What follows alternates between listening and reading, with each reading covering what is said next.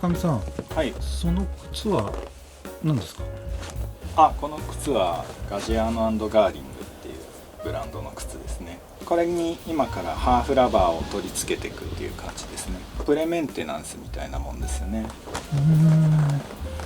もともとこの靴はスチールがもともとついていた靴なんで、ここのラインとこっちを2つを気にしないといけないんでちょっと難しいっていう感じですね。ハーフラバーをつけるために一般的な方法だとこのスチールを取るかもしれないんですけれど、このトゥースチールを取ってしまうとどうしてもこのネジ穴っていうのがバカになってしまうんで取れてしまうんですよね、簡単に。なのでこの効きを弱くさせないために今からここからこのトゥースチールを取らずにピンポイントで隙間なくハーフラバーを施工していくっていう感じになりますね。トゥースチールつけたままハーフラバーする修理って世の中にどのくらいあるんですか？僕はあんまり見たことないですけどね。これ取んないとできないって言われちゃったんだけど、村上くんとかできるのとか、そういうのは多いですね。相変わらずの駆け込み寺ですね。そうですね。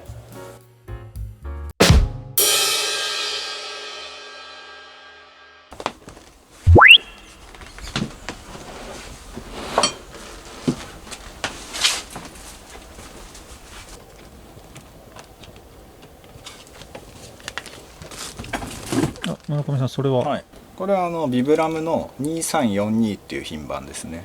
はい、俗称でアリエルハーフソールかな、アリエルっていうんですよ。人の名前みたいなのがついてるんですよね。ここに書いてますね。本当だ。はい、ビブラム社はもともとイタリアの会社で、多分一般の方に馴染みがいいのはこの多分黄色のマークじゃないですか。はい、なんか見たことありますね、それ。そう、もう今はビブラム社って多分世界でこういったゴムソールでシェア多分世界で1位なんで、はい、ここにあるのもほんのわずかほんの一部なんですけど、それでもいろんなものがあるんですよ。こういうものとか、はい、厚みは同じでもこれもビブラム社なんですけど、なんでこれにしたかというと、今回スチールつけるじゃないですか。これ分かると思うんですけど、横一線じゃないですか。こうで、あれって靴って内側にこう振ってるんでこうついてるんですよ、スチールが。でこの辺にこう来ると、このラインの流れからいきなりスチールのラインがこう来るとおかしく見えちゃうんですよ、人間で目の錯覚じゃないんですけど。で一方でこっちって分かりますかね、内側に模様が振ってるの、こう、こうなってるんですよ。そもそもがそういう仕様になってるんですね。なのでスチールがこうついた時に自然に見えるものなんですよね。こういう場合の定番ってわけでもないんですか？そうですね、使ってるお店もたまに見ますけど、よく使われるものでもないかな。よく使われるのはよくこれですよね。これ 1.8 ミリって言ってちょっと薄いんですけど、これはよく見ますね。ちなみにこれじゃなくて、こちらにした理由は何かあるんですか？これとかこれだと少し多分仕上がりがうるさくなるんですよ。これとか見ると分かると思うんですけど、ビブラムビブラムビブラムって主張がすごいじゃないですか。確かに。でやっぱりああいうドレッシーな靴っていうのは靴が主人公なんで、それ以上にお客様が主人公なんですけど、ハーフラバーっていうのは脇役でいいんですよね。なのでここまで主張が強いと多分足を組んだ時とかに少し足裏が見えた時に他人から見た時の視点として少しうるさいなって思うと思うんですよね。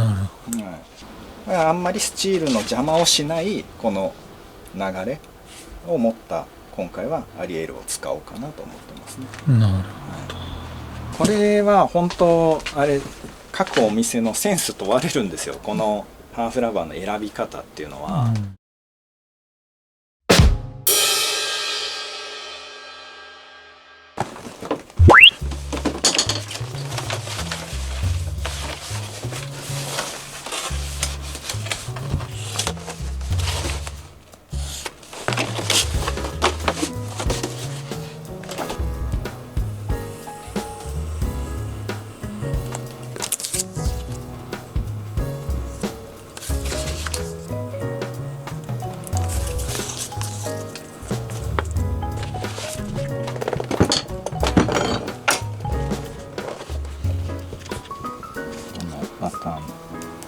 通りのラインをちょっと引いていきます。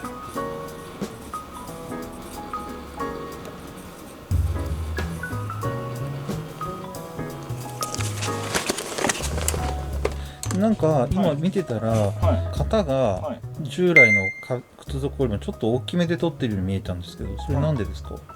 もともとはこのラインなんですけど、これ履き始めはこの辺が地面と接するんですよ。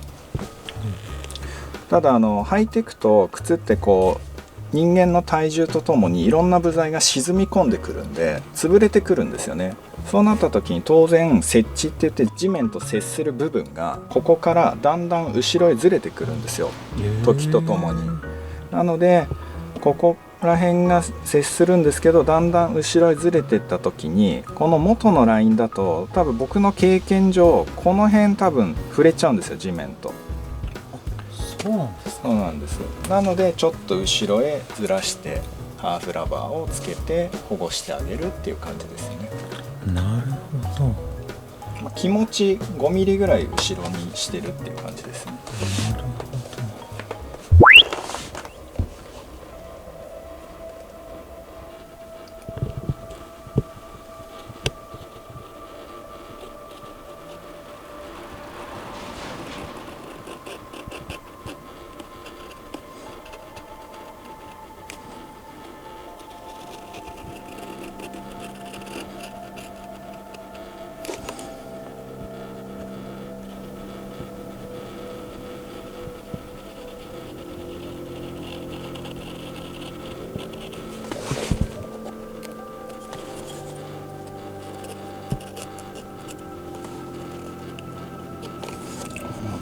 難しいんですよね。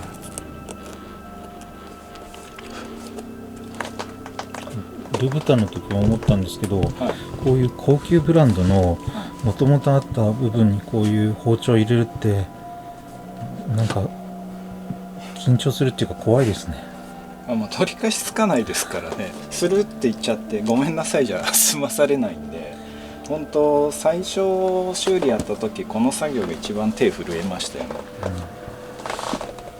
今は全く震えない。震えると出ちゃうんでラインに。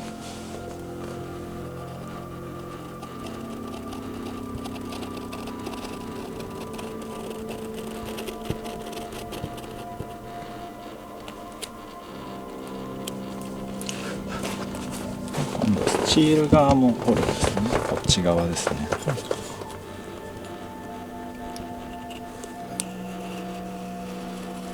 でこれ当然なんですけど、ここに糸がもともとかかってるんで、その糸は絶対に切っちゃダメなんで、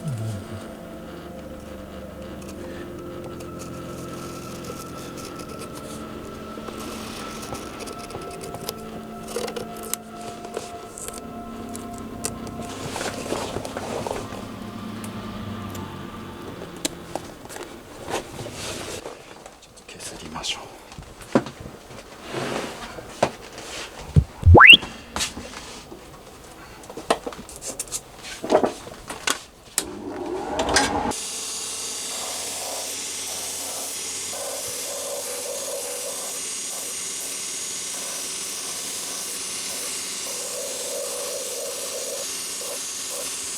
革っていうのはもともとこういうツルツルした面だと接着剤って効かないんですよ。なのでグラインダーで毛羽立たせてのり付きを良くさせるっていう工程なんですよね。なるほど。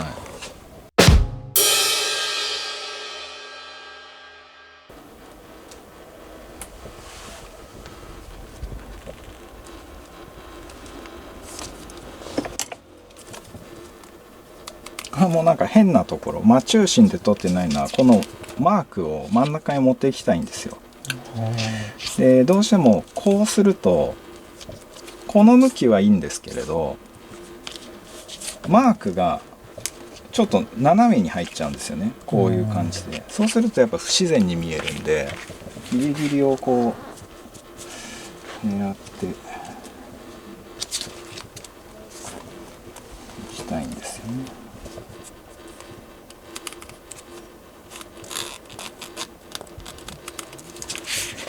これで切っていきますね。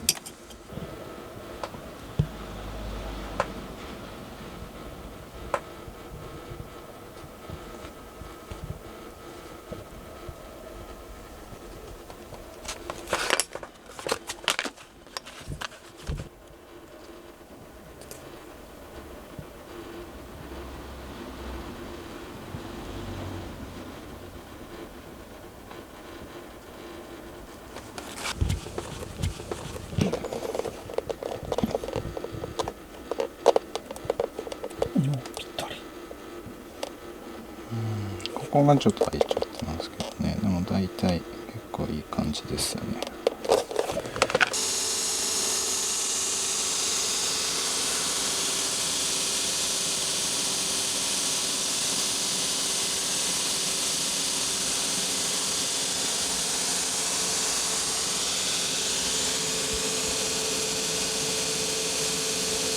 やっぱここってごまかし効かないんですよ。ここが例えばもうちょっと隙間空いてたら、やっぱここって目いくじゃないですか、角。形もなんですけど、やっぱ厚みも大事で、厚みもやっぱりぴったり合わないとダメじゃないですか。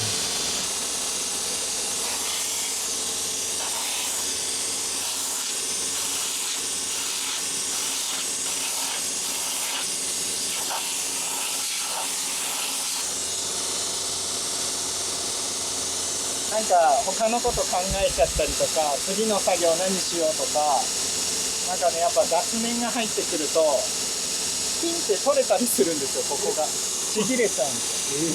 もうやり直しですよね。誰にも当たれない。自分もぶん殴りたくなりますね。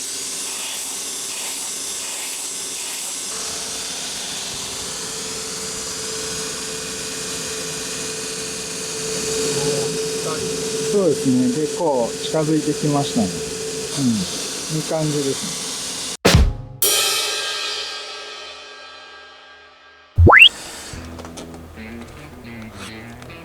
これがね、みんなやんない理由ですよ。やるこのスチール。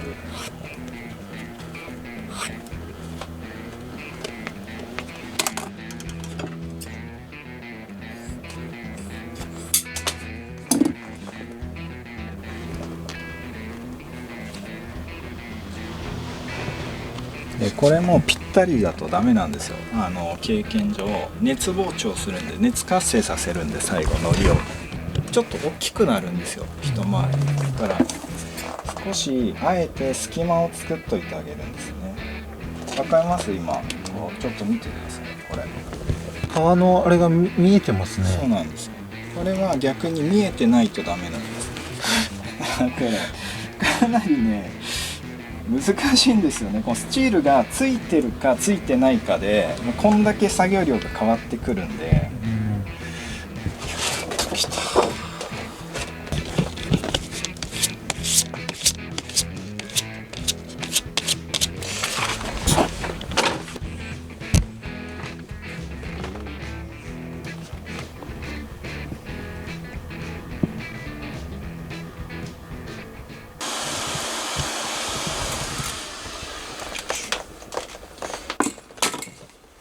いいですか？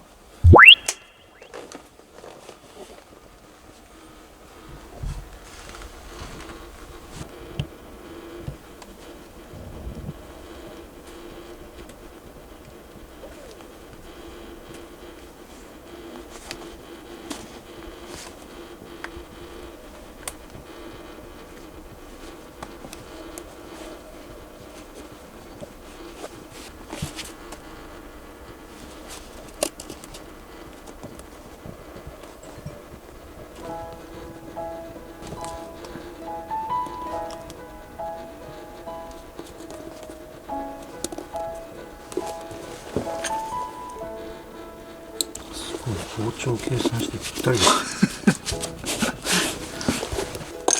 これうまくいった方だと思います。だって普通に考えてこんなぴったりってなかなかレアじゃないですか上下ぴったり。確かに俺しれってやってるからさすがだなとか思ったけど、いやもう今心の中でガッツポーズですよ当然イエスが出てましたよ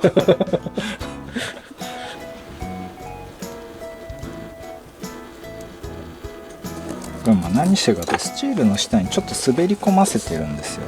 スナップに滑り込ませるっていうのは、ここのスチールの断面がこうなってるんですよ。ここあそうなんです。でこのハーフラバーをここにつけたいんじゃなくて、やっぱここに滑り込ませたいんで、それで今ちょっと目打ちを使ってこうグッグってやって入れ込んでるんですね。なるほど。